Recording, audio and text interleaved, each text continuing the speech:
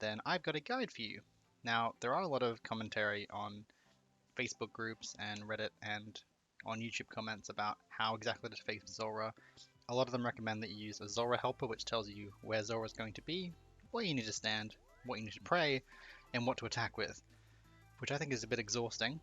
As someone who has tried Zulrah early on without using, well, with using these guides and without using these guides, I found that not using them was a lot more helpful than using them, because there are too many things to think about. There's too many things going on that you need to worry about, and I don't think it's helpful to tell someone that in order to fight this boss, you need to look at this chart, and you need to, remember these tiles to stand on. You need to mark these tiles, you need to run to these tiles at these times, and that sort of thing. It's confusing, it's a mess.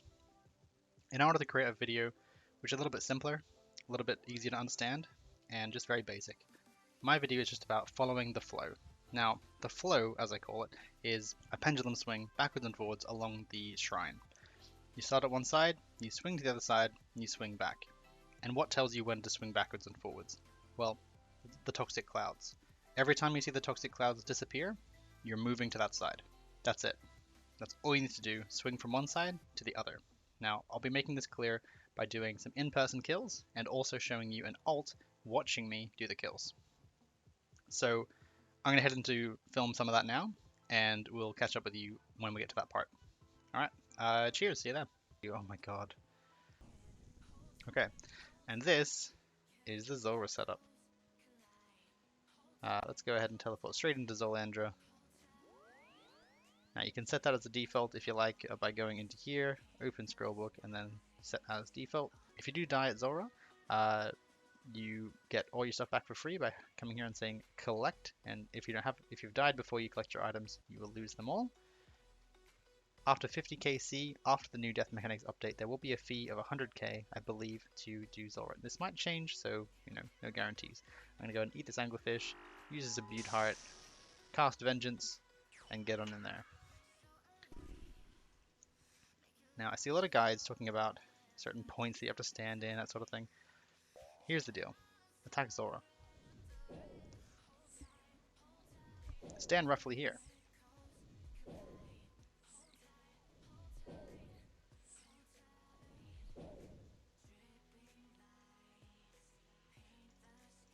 The red phase is melee. Don't pray. Just move. Whenever it goes to attack you, you have a couple of seconds to move. Why do I know it's going to be mage phase? Well, I've done this too many times. But you can just watch for it. You don't actually have to hit it every time. It will change attacks on you. When it finishes, when it goes down, just run along to the other side. Why am I doing that? Well, that happens every single time. It will always go backwards and forwards.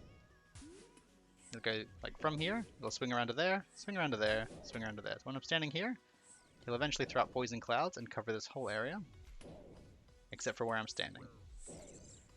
In this phase, he should pop up just here in a melee phase. Now, I happen to memorize that, but that doesn't actually matter. All that matters is that you're not standing in the poison clouds.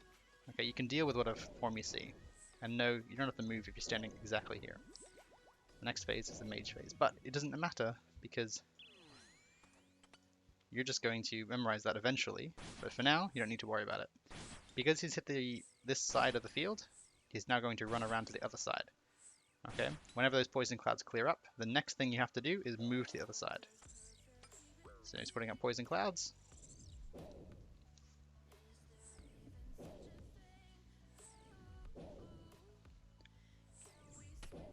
And when they clear, you've got to run back that way. But they haven't cleared yet.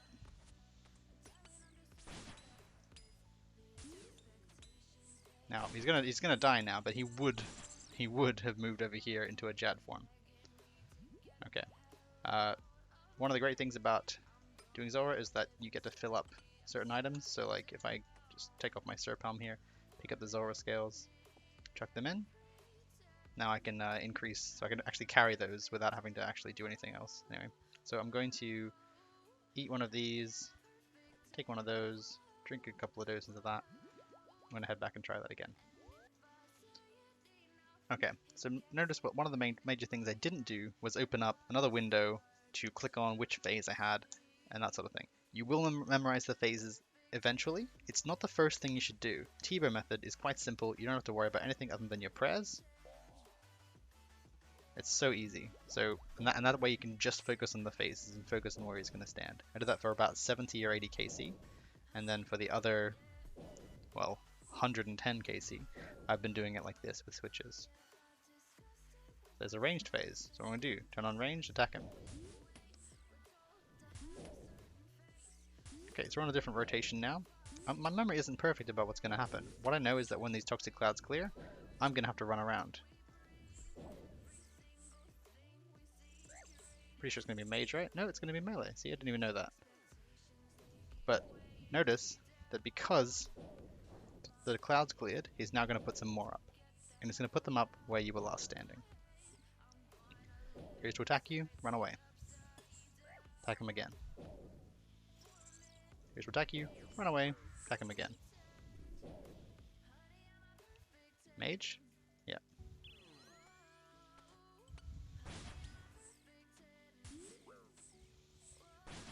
It's not a Jad phase, it's just multiple attacks. Probably a ranged phase, right? Now run around because the toxic clouds have cleared again.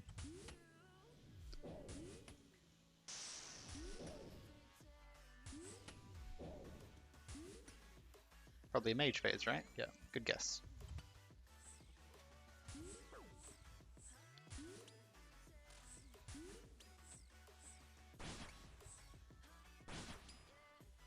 Probably a ranged phase? Yeah, see? It's just like back and forth, right? And then you run back this way because you stood over there just now. He just goes back and forth, back and forth, back and forth.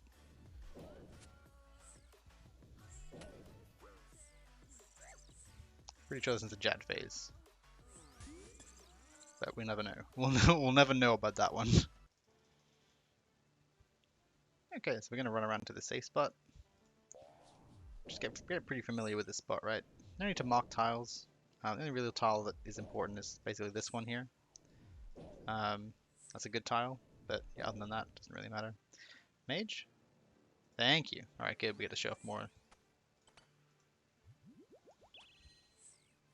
So notice the order I do things in. Prayers first, then gear, and then I worry about the boost prayers.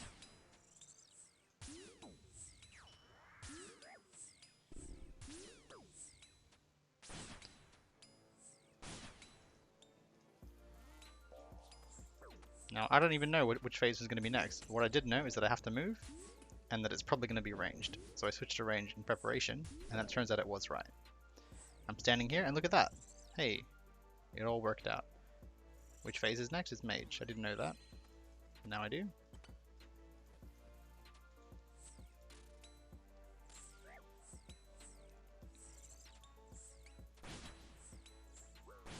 If I see range coming at me, I'll venge. Clouds are clearing, so I come around this way.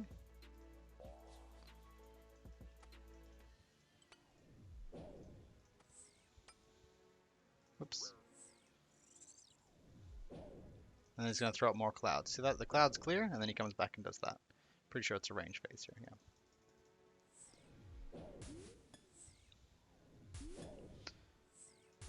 And we're done. Now, the next phase was, I believe, going to be standing here as a range phase, and then you just attack it from here. So we'll do one more kill. Because I believe I've done, I think there's 4 rotations, and we've done 3 of them. Now, I really don't recommend memorizing them. The only way I want you to memorize them is just by, force of habit. You don't sit there and go, I need to learn this rotation every time. No, just use your mage, okay? Mage only. And just learn where to stand. The most important part is where to stand. Choosing which prayer to use is really easy because, you can see the color of him, right? If it's a Jad phase, just pray the style that he is and tank the other phases because it just it does not matter. That you have food, use the food. If you really want a Jad phase, you have to pray the opposite style to the one that's coming at you.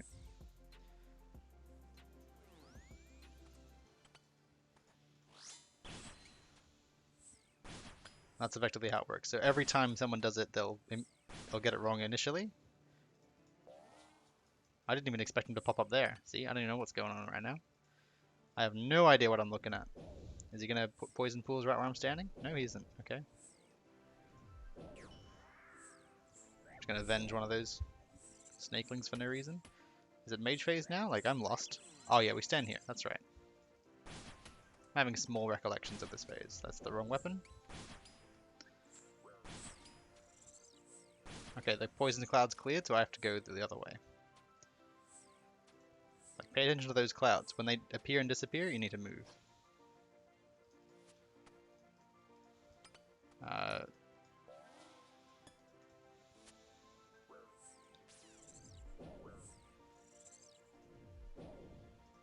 If he looks at you, move.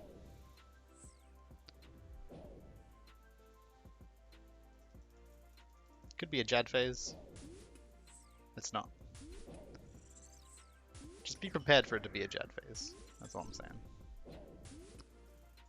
Probably a range phase, right? I mean, a mage phase. Whoops.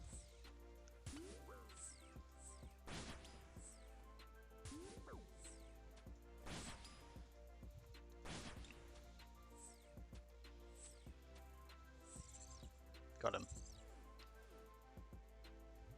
Magic Seed, nice. Okay, that's all 4 phases then. We did them all. That was surprising, I didn't expect to get through them all. Now, you'll go here during the Xenorus quest. So you open the telescope here, and then I'm going to quickly, on my other account, I'm going to run into Zulrah.